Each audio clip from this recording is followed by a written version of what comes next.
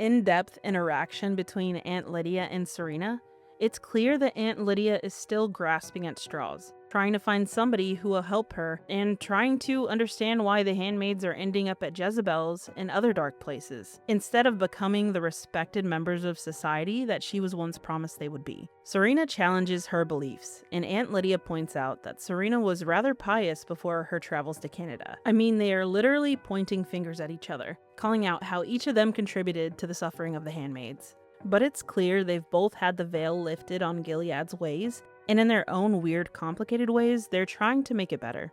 But this situation, this whole conversation, is definitely a pot calling the kettle black situation. Eventually, though, Serena suggests that they could open a new fertility center in New Bethlehem, a place where the handmaids could retire and become attendants. But let's be real, the handmaids would essentially be just maids at this new center.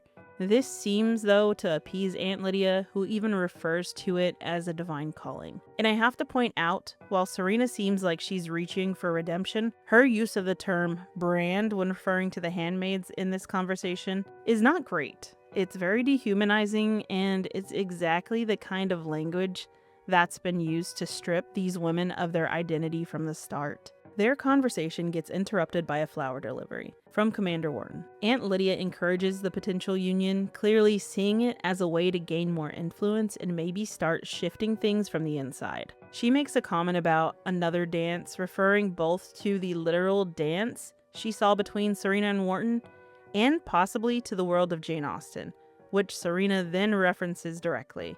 For some context, in Austen's world, dancing wasn't just fun. It was a whole ritual, a structured way to test compatibility, to move closer to courtship, and eventually marriage. It was society's version of long game flirting. Later, Aunt Lydia references a line from Pride and Prejudice, not directly, but the sentiment is still there. She says, "A single man in possession of a good fortune must be in want of a wife." Serena points out the irony in that quote. The irony being that it's not actually the man who wants a wife, it's society that assumes he should. It's less about personal desire and more about societal expectation.